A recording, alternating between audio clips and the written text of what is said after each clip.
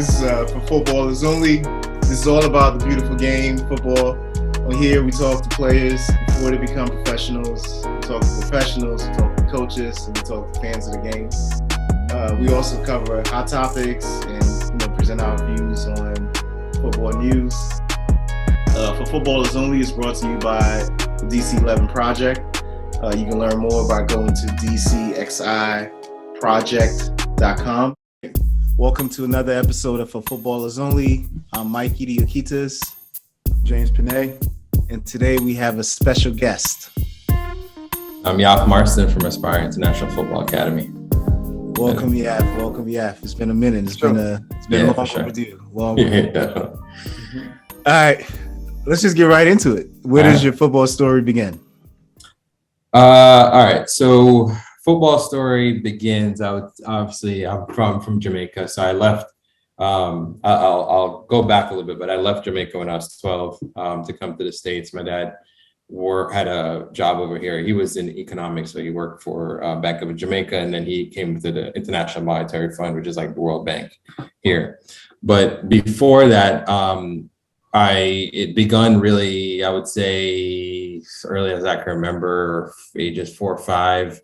Those type of ages, just really, I was born in Kingston, Jamaica. We lived in an area called Mona, and the professional team there was called Real Mona. And it's a pretty good program for developing youth in Jamaica, but I didn't play on any of those teams there. Where I got interested was because my father was the president of this organization called CASAFA, which is the Kingston Football Federation program for all of the professional teams there. And I would almost say I dedicate a lot of where I got the interest from football because of him, because he was involved in the FA, got an award from Seth Blatter for Lifetime Achievement Award in Jamaica for football. And so I've been just connected through that. We've been, weekends we're going to watch national team play, professional teams play. We used to drive even to the good and the bad area games and stand up and watch games. And I'm just watching, I'm seeing players looking like giants and tackles looking like, like fouls, but they say play on, and so I was like, man, this is big, and so I just been in that scene as early as I could remember, just really, moving through watching games. Like I said, one of the biggest things, if I were to take a memory of, is at the Jamaica National Stadium, watching, like your Jamaica versus USA, Jamaica versus Mexico, Jamaica versus El Salvador. That was just a thing. And we had great seats. And then I'm looking back, I realized how great they were because he was somebody. I'm just thinking, he must be paying something, but no, he's sitting right there in the middle. We've seen the full game, and so it was a good experience. But then moved from playing, I guess that was you'd almost say 7-ish, 8. I would almost say moving, watching a lot of those games, and then played at the thing I always say with Jamaica is funny. At least I saw this experience for me. Everyone may have a different experience, but I always say if you're the train of thought is if your track is the thing, right? So football is really honestly secondary to most people. People argue with that, but the thing is you go to school and you're running track. When you're not that good at track, you're playing football. When you're not that good at football, you're playing cricket. Yeah, and then if you're not good at that, then you're probably in table tennis or one of the things, or basketball, or something like that, or netball for the women. So there's so many different. That's how it was for me because it was presented for track. Yeah. I was fast, but not that fast. You know what I'm saying? And and then you just kind of cycle down. But then obviously the connection with my dad track, and he did track too. But doing the soccer was just something I connected with, and then I played at the school there called St. George's College. So it's called college, but it's like it would be your 6 through 12 here, give or take. So and then I played in the league that they have there, sponsored by Pepsi. So we were in what everyone knows as the Pepsi League. But the one thing that I always remember, especially now looking back, as I tell some of the kids that I'm in right now or with right now is that, you know, we never had to pay for that. You know what I mean? There was no, it's sponsored by Pepsi. We had jerseys, we had home and away jerseys. We had, the one thing I do remember for sure is I would say to my dad, I need some boots. I need some nice boots. You know what I mean? And so we used to go buy, at the time that Patrick was the shoes, to buy some Patricks. And, the black and green ones? yeah, the black. No, it was the black and blue. It was black and white. Almost looked like Adidas with one little stripe or one or two stripe, whatever it is. And then we had Patrick. What's that called? Patrick's. Patrick's.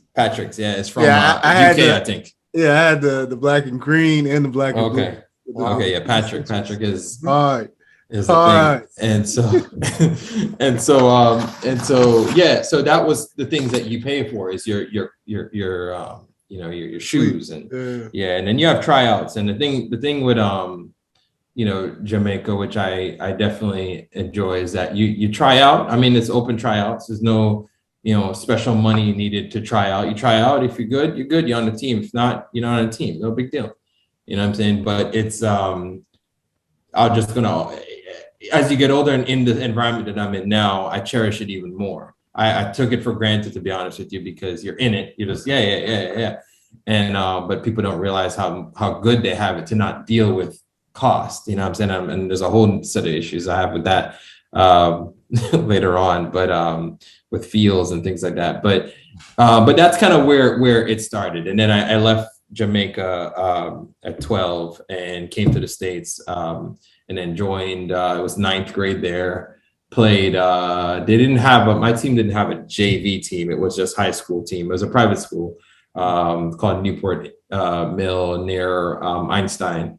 And we used to play, Einstein at the time was all, maybe it is not anymore, but was all Latino team. And so we used to play them for scrimmages, but that wasn't because they're public school. We don't play them normally, we just play. But man, I'm telling you, when we used to play them in preseason, and I was like, oh, this is what America's like. We were getting dusted like 7-0 in preseason. I was like, these guys, it felt like I was, in some kind of, it was ridiculous. Them guys are crazy. And so, but then it got a little bit easier as we start playing some of the schools like the Heights and Good Counsel and different schools like that. Good Counsel wasn't the beast as they are now, but I thought it was like this all the time. You guys are, in the heart of Wheaton. I was like, no, I don't want this. I was good where I was, you know what I'm saying? And so 9th grade was tough. I remember that specifically. 10th grade was definitely up there too. But 11th grade and 12th, I kind of defined a position for myself. I was getting more into left back, mostly sweeper, left back sweeper in the context. And the funny part about the whole thing, even getting into college, was I used to do what they have now, MSI. It was MSI Classics, or it might have been Select, actually, MSI Select. And with MSI Select, it was basically you're just on a team. It's not travel. I mean, you're going around the area. But I did that my junior year of school, and then we played some games, whatever. But then the main thing was when I went to a tournament in North Carolina, it was all snow.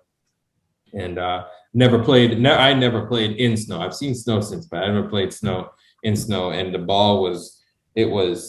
the whole ground was white, you know what I mean? And the ball was rolling up and, whatever. We were getting smashed. Like we were getting crushed in those tournaments. And back then, and one thing I was telling a lot of players is that, I had no real true aspirations to play in college. I was saying I would like to, but much like some of the players now, it's a little fuzzy as to how that happened. So I was just like, yeah, I think somebody's going to see me in something. Like, you have this thing, maybe. And here I am thinking, I'm at this little private school, nobody's going to look at me. And then this little team I'm on. And we're new to the country, keep in mind. So, we're 3-4 years in. So knowledge of anything, anyone, you don't really get everything. Culturally, it's different. Neighbor's not even saying hi to you, nothing. You just don't know.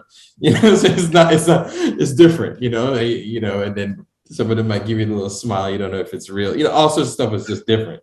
Yeah. But as I was sort of getting in and that tournament finished, came home, I was telling somebody it was like roughly around a month in May. That happened around roughly in May. The tournament was might have been some holiday around there, but then I already was set on going. I already had my schools lined up. I had Syracuse, GW, Maryland, and I think that was it. And then now in June, I got a letter. And this is why I was telling people, like, now we don't, coaches write text players all the time. I got a letter in the mail, and I was just collecting mail like you normally supposed to do, go collect your mail and bring it in the house. And I see St. Mary's College of Maryland. And I'm like, what's this? You know, because you get, I'm just looking at it and said, we would like for you to attend the school based on your performance in the tournament. And it was a coach writing. I was like, the same tournament where I was playing defense and we got beat 6-0, 5-0. This, I was like, all right. So I was excited. So that was where I really was like, bigging up myself a little bit. Okay, so I could play in college. They're saying that. So actually it must be true. So I said, all right. So I brought it in the house, everything, told my dad. I was like, all them other schools that I applied to, it's a clear cut that I was going to St. Mary's. I was like, yeah, I'm going here. I don't care what happened. This is where we're going because I'm going to play. And all of a sudden I kind of, almost like looking back now as I'm talking, it's really what it is. It's you develop a bit of self-confidence in yourself. Yeah, because I would say I wasn't truly confident leading into my senior year. Whereas if now I got guys that are just like thinking I'm heading to pros, I'm like, I would never talk like that back in the day, you know what I'm saying? But the confidence level was just, picked up, I feel like a little bit more between June of, so that was June of 96 really was when I left and graduated, and really was just like, okay, I could do this. And then I got to the college, and then, them guys, they were sending you pre-workout packets with 2 miles and 12, 2 miles and 12, 1 mile and 6. We weren't running miles. Like I'm saying, it wasn't the private, we're just out there, you know what I mean? Mm-hmm. And so I was like, oh, this is serious. Okay. You know what I'm saying? And so I knew I didn't meet the mile times because I wasn't running that in the off season. Then I got to the school in August, and the joke I always have is so you get there earlier before everybody else, which still happens now, and then you had the I think it was like a 6 or 7 a.m. 6 a.m. you wake up, 7 a.m. you have to be on the field, and it's track. It's like running. You know what I'm saying? I'm thinking we're here to kick ball. Like no, there's no ball, nothing. It's the test that they were talking about that they sent you the packet on. They're gonna see where you're at right now. So I'm there huffing. I remember specifically, this would never leave me, is when they line them up, the guys, seniors, juniors, all these other guys are there, whatever. And like I said, I had practiced the mile thing earlier, and I was like 8 minutes. I knew I wasn't making it, but I was on the line with them guys, and I just saw them taking off, running, sprinting.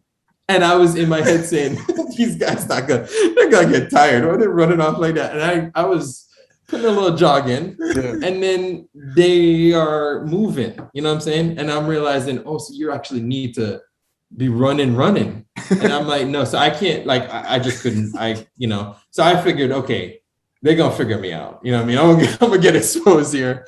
They brought me, I thought it was, I thought I was thinking so many things. And then, even on top of that, like, from a culturally standpoint, I was also the only Black kid on the team. So that's something too, where I was thinking, you kind of feel like in a spotlight, like, oh my, the Black guy can't even run. Oh my God. The Black guy can't even run. So I just felt a little bit of pressure there. And then, and then didn't play much my first year, if at all any. I don't remember even touching any minutes in the first year. And then that coach got released. And then they brought in a new coach. And that first year, because I didn't play, I already felt like I was already thinking, yeah, I probably need to leave. This is not my thing. Second year coach came in, which I still talk to today, Coach Wagner. played me. And I was like, okay, and I'm like, I felt, again, the whole self-confidence thing again, because I was thinking, oh, this guy doesn't see my laps. There's no way to first, he's gonna put me in any games. But what's interesting is that I was always, so where I was a better for them running wise. So the only time I was actually shining for them in the track part was the sprints. I was even the seniors, I was dusting them seniors on the sprints. But the mile stuff, I couldn't do it because they say, run to not 40. I don't know where we're running, but that little stopwatch, and I was beating them.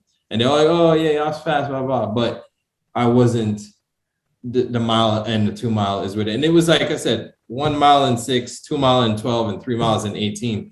21, I think. I wasn't making it. I just didn't, I never even prepared anything like that ever, So that's kind of where it is. And then moving on a little bit, the played 2 years there at St. Mary's College. Ended up switching schools midway for different reasons. The environment at the time was just not what I was used to. It was different, and so I ended up going to UMBC because I had a roommate that went to UMBC and told me UMBC is good. Blah, blah, blah. So I was like, all right, I'll go there. But I in my head, I was thinking I'm not playing football, going there because I don't even know the coach or anything like that. So I didn't sign up I didn't try out, did none of those things for UMBC. But then when I signed up for a soccer class. They just had a class that you have to fulfill for your thing. And, Coach Karinji is his name, and went in that course. My wife, actually where I met my wife. She's from Trinidad, so she was there, and it was like co-ed, and I showed up a little bit, showed even more because So I just okay, so I'm gonna ball out a little bit more because she's there and all that stuff. And then the coach was like, hey, if you want, you could come try out. It looked like you have a spot.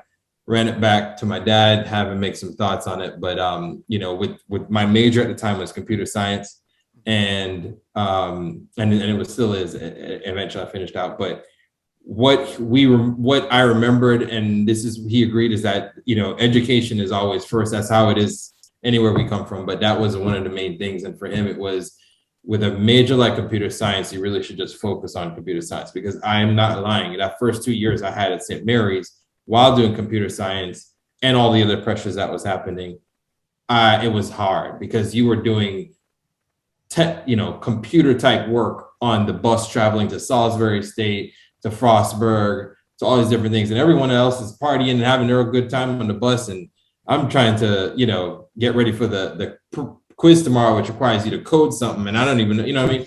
So that was tough for sure. So it didn't even take him much convincing for me to say, yeah, maybe I'm going to hold off on that. But the idea of D1, D2, D3, which never even crossed my mind then. And it's interesting because the kids I deal with now, that's all they look at. And I have to give them a reality check on some of those things, is a thing. Like that's what people really, really focus on, especially nowadays. But for me, it was just to play. And the love of the game was just always there. But I was never trying to take it to another level beyond where I felt I was capable at. You know what I'm saying? So I was just like, yeah, I'll play. I love it.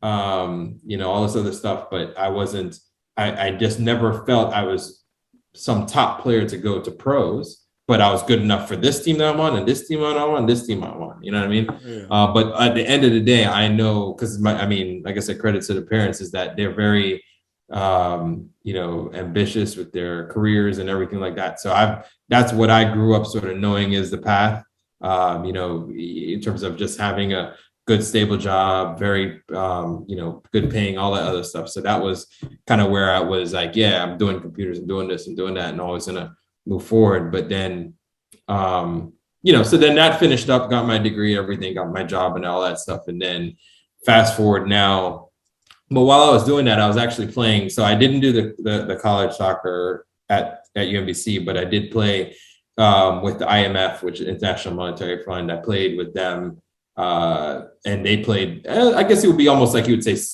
Sunday ball or weekend ball, but it had a lot more. It was nationally, as used to call. Yeah. It was a exactly. So it was a little bit more structured, a lot of international players. Guys that were on the team were from, they even brought guys that came. One kid I remember specifically came from Boca Juniors.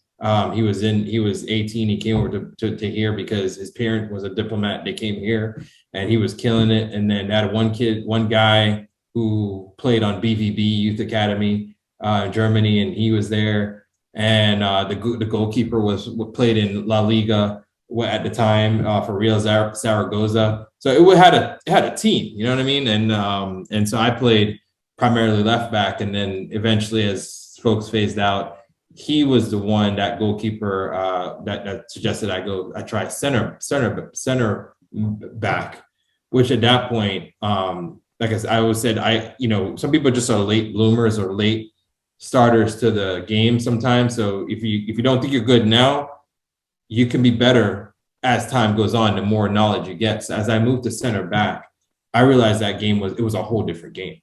You know what I mean? Because I was so much focused on the one side, a left side, really, because I was primarily left-footed. So you clean up that guy, speed-wise, you tackle him, all that stuff. So I was here. Then the middle, they put me first game. I was like, whoa, what is going on? But then as you move forward, I see the center is literally where everything like you're seeing the whole game develop. And that's why the keeper can shout what he's shouting. I had more respect for him because he was I thought he was just shouting, just a shout, you know what I'm saying? Center mid comeback, this guy, like, what's wrong with this guy? You know what I'm saying? Just always screaming and shouting all over the place.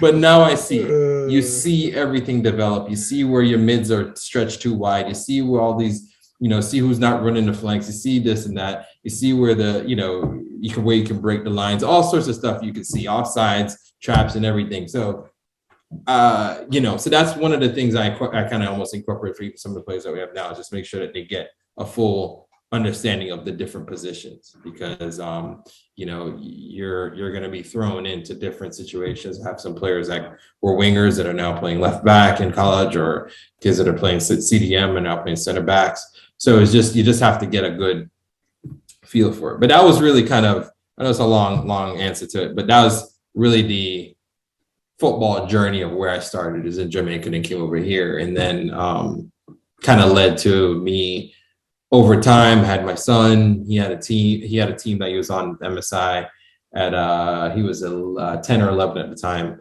And I didn't want to coach him at all. I just didn't have, I helped train him, but coaching my son was not something I just felt like it might've been a little awkward or weird a little bit. Just wanted to see it, from a fan perspective and cheer just like everybody else had a chance to. And I was doing that for the first season that they had, but then that team disbanded, and the coach was like, do you want to take it over? And I told the league, no, I'm not interested. It's not, is there anybody else they got, anything like that? And that was in 2014.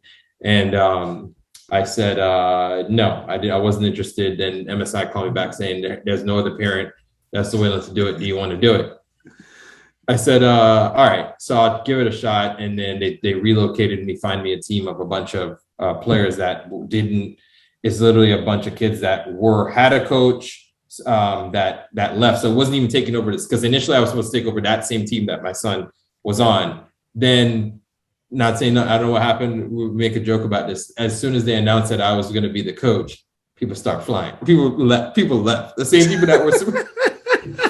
I was talking to my son about this literally a couple of weeks ago. We're like, how come they just left it? Because I remember seeing the emails. They said we're going to have this kid, and this kid. That's definitely coming back. Mm-hmm. So I remember I was looking back at some of the old emails. I said, so I'm announced a coach. They said, we found another one. We found another team. And so MSI said, okay, well, here's a different team up in North Potomac or Rockville at the time that don't have a coach. You can take your son there and do it there. We and literally in 2014, that's where it started, man. Just a band of, like, the Bad News Bears, like those kind of kids that just were just there, and just developed over time. And some of the kids are still there that are graduating this year. And it's kind of good seeing that they're moving into colleges and going to go play in colleges and things like that. So it's just, that's kind of where the whole thing started. And then as time kind of went on, especially as it now pertains to Aspire, was seeing that the players that we had, they were good, hardworking kids, whatever. But what was really happening was we were missing raw